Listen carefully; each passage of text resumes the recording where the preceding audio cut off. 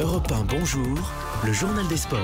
Samuel Etienne. 6h11, on retrouve Jérôme Lacroix pour les sports. Ça va, Jérôme? Ça va très bien, vous. Bonjour à tous. Très bien, merci. À la une ce matin, Jérôme, les adieux, bien sûr, à Louis Nicolin. Une figure et une grande gueule décédée hier des suites d'un malaise cardiaque. Le jour de ses 74 ans, figure locale à Montpellier, président depuis 43 ans du club de foot qu'il a mis sur pied, parti amateur. Ils seront sacrés champions de France en 2012. Figure locale aussi par la société fondée par son père et dont il était le PDG de service de ramassage des ordures ménagères. Elle fait travailler près de 4500 personnes. Aujourd'hui, on gardera de Loulou, comme tous le surnommaient, sa gouaille, son franc-parler, sa liberté.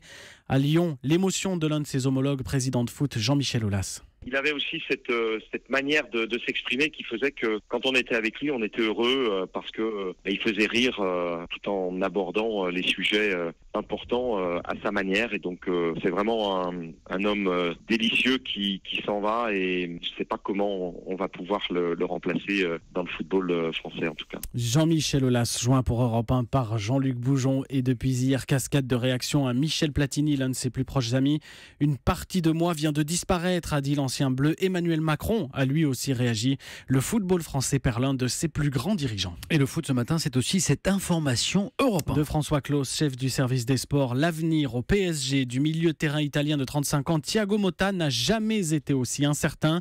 Alors qu'un accord semblait proche pour une prolongation d'1 an plus un futur rôle en interne, les discussions ont été rompues hier en début de soirée. Dans le dernier contrat proposé par le PSG, ces accords pourtant négociés ne figuraient plus. Grande colère du joueur et de son entourage, pour qui, je cite l'agent, l'aventure de Thiago Motta avec le PSG va s'achever. Jérôme, votre mot sport du jour. Baroud, c'est le baroud d'honneur du baroudeur Thomas Voeckler, l'un des cyclistes préférés des Français à 38 ans.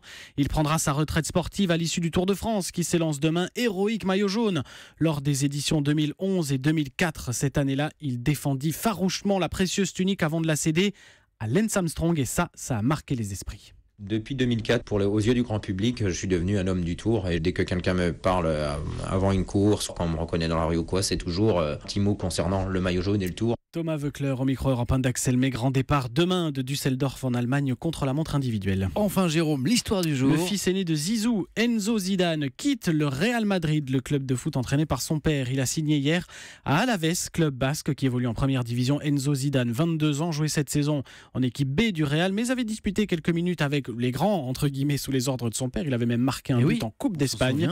On ne connaît pas le montant du transfert, mais on sait que le Real garde une option de rachat sur le joueur. À suivre donc. Merci beaucoup Jérôme.